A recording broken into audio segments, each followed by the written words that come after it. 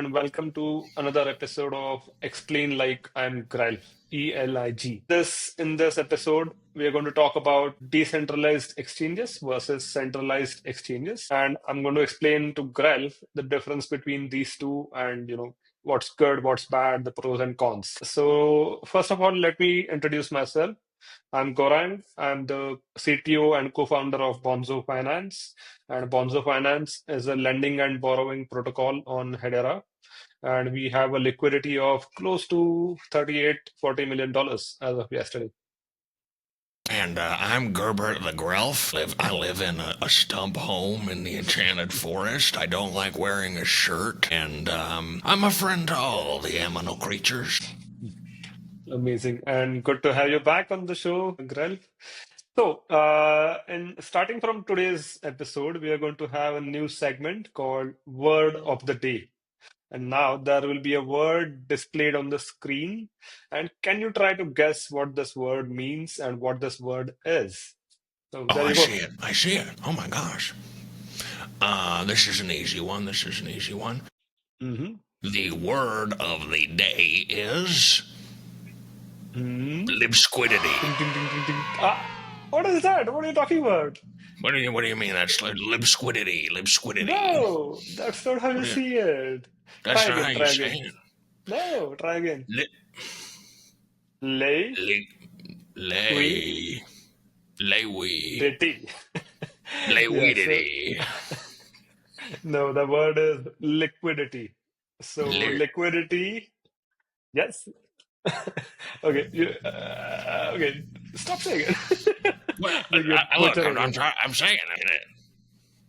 Okay, you're almost there, almost there. Yeah, so the word is liquidity, and liquidity usually refers to the total amount of tokens, like token value or dollar value, inside a pool. And usually you call it liquidity pool. And it's usually used in conjunction with DeFi protocols like lending and borrowing protocols like Bonzo or decentralized exchanges, DEXs, like Uniswap or Saucer Swap on Hedera. Does that make sense? And I'll go into more details about this. That was Yeah. a Does lot that of make sense? detail. Do you remember who you're talking to? Uh, hold on, let's step back a bit. So, pool, liquidity pool, that's Mhm. got water in it. No, it has some tokens in it and it has some dollar value in it. So let's get into that. Token water. Yeah, token water. Okay. Watergate, token gate. Watergate. Am I mic'd up? Oh no. Now we have signal Is this gate a as well. sting operation? Not really. No, no, no. Okay. We are trying to educate you about Texas and centralized exchanges. Yeah? So a liquidity pool is a pool, but it's made out of money.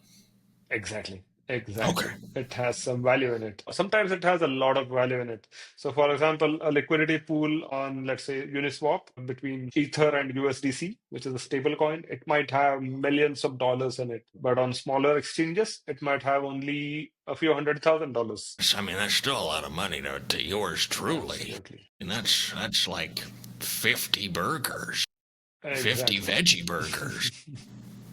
Exactly.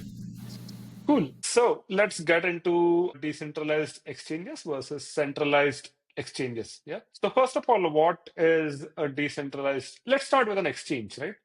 So an exchange is a website or a software where you can go and exchange one token for another or one asset for another. So for example, on Hedera, you can exchange, in terms of Hedera, you can exchange your HBAR, which is the native token on Hedera, to USDC, which is a stable coin, or you can exchange HBAR to GRAL, which is your own token. So that's an exchange. Yeah, does that make sense? Yeah, I got the whole. People always be talking about swapping. They're like, I'm gonna Exactly. swap, gonna head to the swap meet. So I understand the swapping kind of thing. So that's the basic function of an exchange, right? You go to an exchange and you swap tokens from one token to another. Let's start with that. That's the baseline, right? Now, how do you accomplish this? And there are two ways of doing this, two major ways. One is through a centralized exchange, and second is through a DEX, like a decentralized exchange. So let's start with some centralized exchanges. So two of the top CEXs in the world are Coinbase and Binance. So Coinbase and Binance, these are very big exchanges which handle millions, I would say billions of dollars in volume almost every day, and they're being used by millions of people across the world, right? So for example, Coinbase is a US based exchange, while Binance, although it started in China, it's not based in China anymore. But yeah, so if you look at it, Coinbase is geared mainly towards the Western market, and Binance, you can call it towards the Eastern market, but now they are like being used by people all over the world. Okay, that makes sense. Two big boys. Two big boys, and there are multiple small CEXs, centralized exchanges. Yeah. Yeah, On the but other hand, we don't like them as much. we do like some of them, but if you want the best prices, if you want the most volume, you go to the top two or three exchanges. Other big ones are like Kraken, Crypto.com, all these ones. Yeah. On the other hand side, you have something that we call a decentralized exchange, a DEX. The biggest DEX, arguably, is Uniswap, and then you have some smaller DEXs on other blockchains like Saucer Swap on Hedera. There's another one called Sushi Swap, and like there's like multiple versions of DEXs across blockchains. And these DEXs, although they are smaller in size than these centralized exchanges, they are quickly catching up. And decentralized exchanges are, I would say, more open and decentralized because they are based on smart contracts. While centralized exchanges are controlled by these big entities like Coinbase and Binance, the decentralized exchanges are usually controlled by a DAO. So, in one of the earlier episodes, we talked about DAOs, and yeah, so SaucerSwap has a DAO, for example, Uniswap has a DAO. These DAOs, they control, it's like a collective, as we had discussed in that episode. And these DAOs, they control these decentralized exchanges. That Any makes sense. questions on So that? yeah, that's part of what makes them more decentralized. Exactly, exactly. And being decentralized in nature, anyone can actually go on these exchanges and they can create liquidity pools. And that's where we come back to liquidity, which was our word of the day. So anyone can go on Saucer Swap or Uniswap or Sushi Swap and they can create a liquidity pool. Now, the question is, are people going to use your liquidity pool? Yes or no? Depending on how much marketing you do, depending on how much awareness you generate in the community, people will start using your liquidity pool. But if your liquidity pool is not good, if it has a lot of fees, then people might not use it. If Essentially, anyone anyone wants can a create tip it. on how to get people to use your liquidity pools, Uh-huh. I've got a great tip here. What you do is you go outside and you Uh-huh. scream the name of your token in the high heavens. I've had great success. I have also had many noise complaints Uh, about that. I have gotten a citation from the forest administrator about uh. this, which is just a warning. It's just a warning, but I mean the results speak for themselves. Yep, exactly, exactly. Yeah, cool. So that was about, DEX versus CEX. And yeah, so what are the advantages of having a decentralized exchange? So you would ask me, if Coinbase and Binance are so big, why would you need a DEX? Why would you need something like Uniswap or SaucerSwap? And personally, I believe that the main reason to have a DEX is to democratize the whole aspect of, swapping things, right?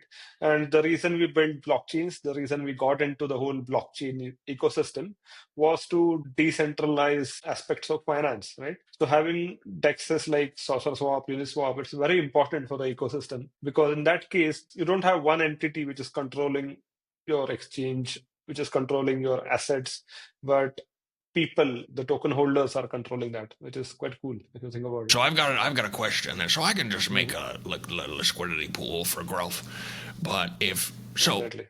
I mean, if they want to be competitive, I can just go to Coinbase and ask them to add growth, right? No, that's the problem. See, the thing is, these two big exchanges, for example, Coinbase, Binance, even Kraken or Crypto.com, they have a big monopoly over the whole exchange market. And Coinbase or Binance or any of these exchanges, for that matter, they have to approve your request to list your token on that exchange. And usually they have started charging some enormous fees for this, right? Oh my So some gosh! exchanges, yeah, they take up to like $100,000, even $1 million for listing your tokens, which is insane if you think about it. Just for listing a little token? Just for listing. Yep, Oh exactly, my exactly. gosh! No, but on the flip side, again, I'm not endorsing any of this, but on the flip side, what happens is If your token gets listed on Binance, let's say, the volume for your token and the price for your token just goes through the roof. People are waiting for Binance listings, right? And when you list on Binance, it just goes like a rocket. And usually, most of the times, it also comes down again. So that's Wait, hold on. It comes down. a lot of times, a lot of the times, So you because pay that's $1 million, they list your token, it goes up, they by sell, not then the again. price goes down. Don't put words in my mouth. Oh, okay. Don't know who sells. Someone sells. All right. So Seems yes, a bit it like a has racket. exactly. That's what it has become in a way, right? And that's why having these DEXs is very important because on a DEX you can do things more organically, right? You can have a liquidity pool, you can slowly build up the volumes, you can slowly build up your price, and yeah, do it in a nice way without affecting a lot of people. I don't know if we trust these centralized exchanges. No, so decentralized, actually, you said the opposite thing.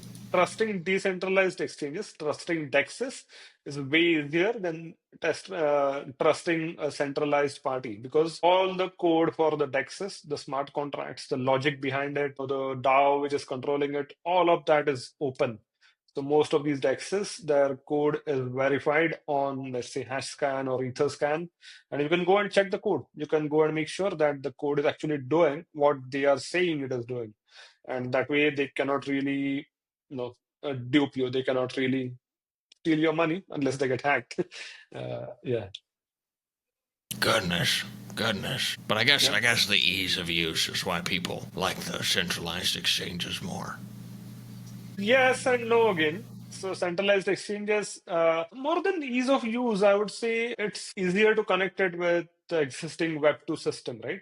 So you can connect a centralized exchange with your bank account. So you can connect your bank account with Coinbase, with Binance, for example. So you can off-ramp and on-ramp very easily. So you can send money, you can send your US dollars to Coinbase. You can buy Grelf, it's on Coinbase, and then you Oh can my sell it gosh, for Ralph XY. just got added to Coinbase, everybody. It Oh my gosh. hasn't This yet. is exciting.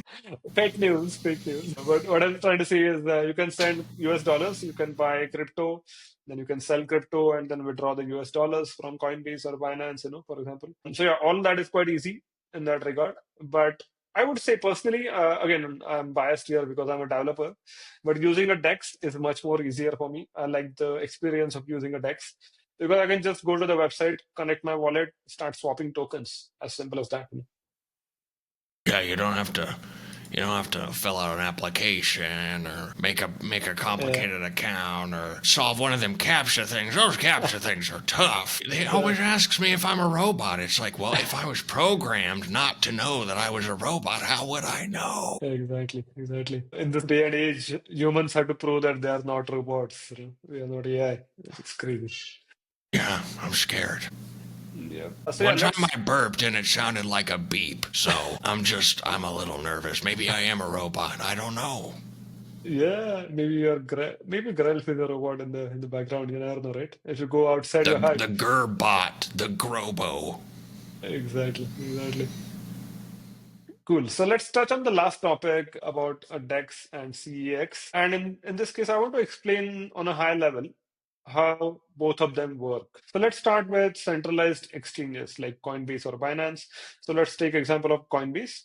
So Coinbase works on a basic principle called order book. An order book essentially is nothing but a list of buy and sell orders. So let's take a simple example, selling or buying Grelf against USDC. Right. So let's say the price of Grelf right now, simple example is $1. Yeah? One Grelf token is equal to $1 for now, for example. In this case, if I want to buy Grelf token, what I'll do is I'll put a buy order for 99 cents. But you being you want to make as much profit as you want, right? As you can, you will create a sell order for $1.01. So there's a slight difference there, right? Of 2 cents because my buy order is at 99, your sell order is at 1.01. And what will happen is what happens then? So multiple people like us, they keep putting buy and sell orders, and these orders get ranked together in something called an order book. So unless my buy order matches a sell order, my exchange is not completed, for example, right? So if you're not willing to sell for 99 cents, I can never buy for 99 cents. But now what will happen is, let's say you put your sell order at 1.01 and it gets stuck there in the order book. So your order will never get fulfilled. But there's someone else, another holder of Grelf who wants to get quick money. So now what they will do is they'll come and they'll match my buy order. So they'll create a sell order for 99 cents. And that way their sell order will get fulfilled below your price. And that's why the price of Grelf will go down now. Now it will go down from $1 to 99 cents. Does that make sense? Don't do that. Don't. If you're Let them do listening, it. if you're They're free to listening, do don't it, do that. Don't do that. Wait, okay, I understand that. That actually, for my Grelf brain, actually makes a lot of sense to me. I'm glad that you called it an order book, because I know what a book is. Believe it or Hmm? not, some people think I don't read. I know how to read. Really? Goodness, I thought you I couldn't can read. read. Oh yeah, you could read the word liquidity. I'm just a little less dyslexic, but I can read. It's just slow. Huh. But wait a minute. If decentralized exchange can do the order book, why Mhm. can't the decentralized exchange do the order book? Yes, so that's how actually when I got into blockchain personally back in 2016, 2017, a lot of people started by replicating this order book concept on blockchain. So the order book concept is nothing new. It has been there for ages now. A lot of Web2 exchanges work on the similar principle. Then when blockchains came out, people tried to replicate this whole system on the blockchain. But as you know, blockchains have something called gas fees. So for every transaction, you have to pay gas, right? And if you start doing these high frequency trades, buy orders, sell orders, this and that, it started getting very expensive. So to create those order books, it was getting quite expensive on the blockchain. And that's why that system could not really take off on the blockchain. Again, that's just one Oh, simple reason, but there were a few other reasons why that couldn't take off on the blockchain. interesting. I didn't know that. Yep.